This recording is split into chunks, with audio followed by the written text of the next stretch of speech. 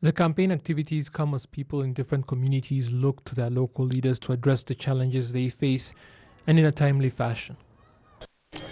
First, we want them to do advocacy for us and for our roads to be upgraded in places like the cell of Karugira. We have no modern roads there. The National Electoral Commission has announced that 1,461 of the 1,641 people who submitted their requests to stand for election actually met requirements and were approved, 61.8% of them being men. On average, every seat has 4 people that are vying for it. Electoral officials have been noting that more people have been applying to campaign for such positions as time passes.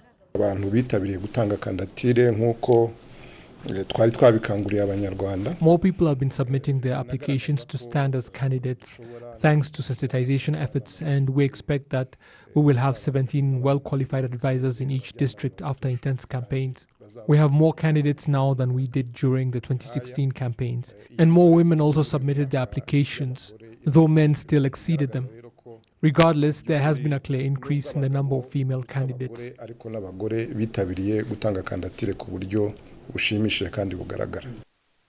Certain rules have to be followed during the campaign period, largely meant to fight the spread of COVID-19.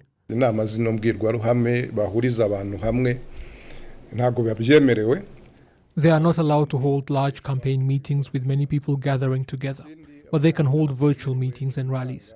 They are also not allowed to hand out campaign flyers and pamphlets because that is one way of spreading the virus. They also cannot campaign based on the political parties they belong to. They can join them all they want, but that cannot be a basis on which they stand for election for these positions. Also, they cannot use the country's symbols or emblems during their campaigns, but they can have people who campaign for them. Top officials in the Ministry of Local Government have also emphasized the need for the campaign rules to be respected.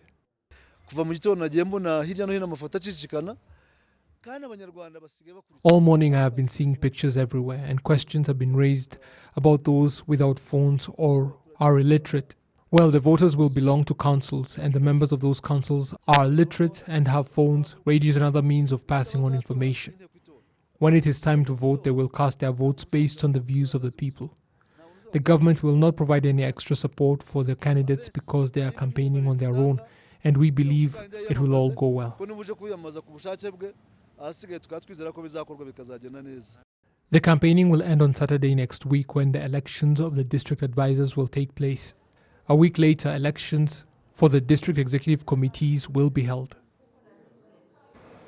On Sunday, as local elections at the sector level were concluded, the Minister of Local Government, Gatabazi Jean-Marie Vianney, urged the elected local leaders to bring out new innovations when dealing with problems at community level.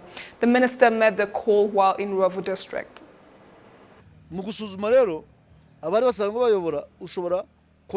In evaluation, you can support those that were already working because they were doing a great job, but also bring in fresh blood so that they can do better.